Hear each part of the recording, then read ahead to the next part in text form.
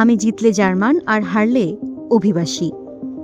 বিংশ শতাব্দীতে ফুটবল ইতিহাসে এর চেয়ে নির্মম আর কঠিন আর কোনো উক্তি নেই। মাত্র একটি লাইনে পুরো ইউরোপের সকল ভদ্রতা আর সভ্যতার মুখোশ টেনে হিচড়ে খুলে ফেলেছিলেন মেসুত ওয়াজিল।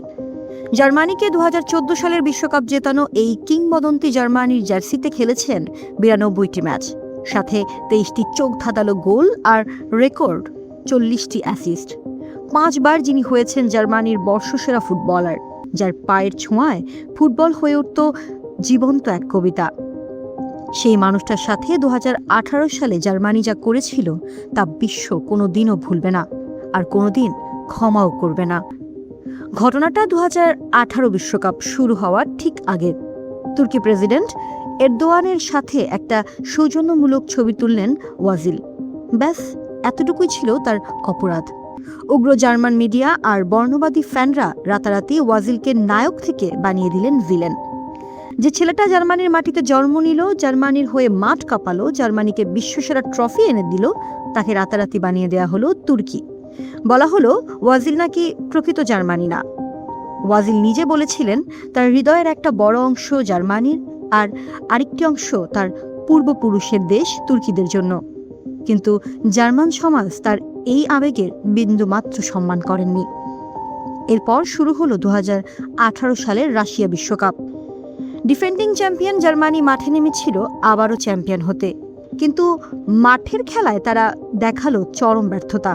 পুরো দল যখন একের পর এক ম্যাচ বাজেভাবে খেলছিল, তখন জার্মান মিডিয়ার চোখ ছিল শুধু এই একজনের উপরেই।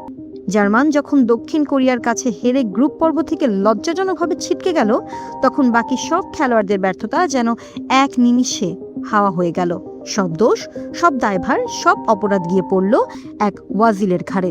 তাকে বানানো হলো বলির পাঠা। উগ্র ফ্যান ও গোটা দেশ একটা মানুষের উপর মানসিক নির্যাতন চালালো।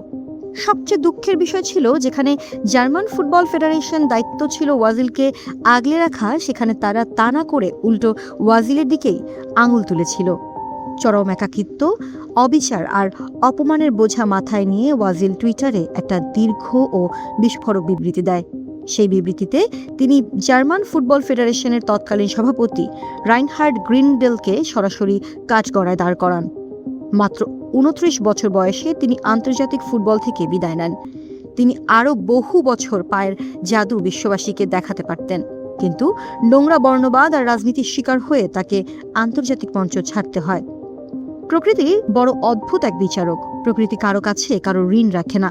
ওয়াজিলকে কাঁদিয়ে জার্মানি যে নোংরা রাজনীতি করেছিল, তার অদৃশ্য এক অভিশাপ আজও তারা করে বেড়াচ্ছে জার্মান ফুটবলকে। ওয়াজিলের বিদায়ের পর থেকে জার্মানি যেন তাদের চেনা ছন্দটাই হারিয়ে ফেলেছে। ভাগ্যের চাকা যেন মুখ ফিরিয়ে নিয়েছে 4 বারের বিশ্ব চ্যাম্পিয়নদের থেকে।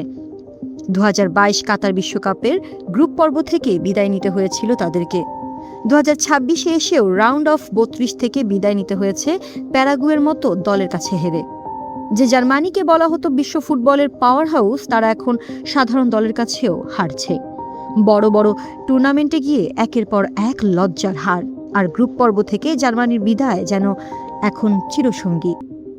অনেকে এটিকে দলের খারাপ ফর্ম বললেও কোটি কোটি ফুটবল ভক্তরা মনে করেন এটা হলো সেই চোখের জলের অভিশাপ।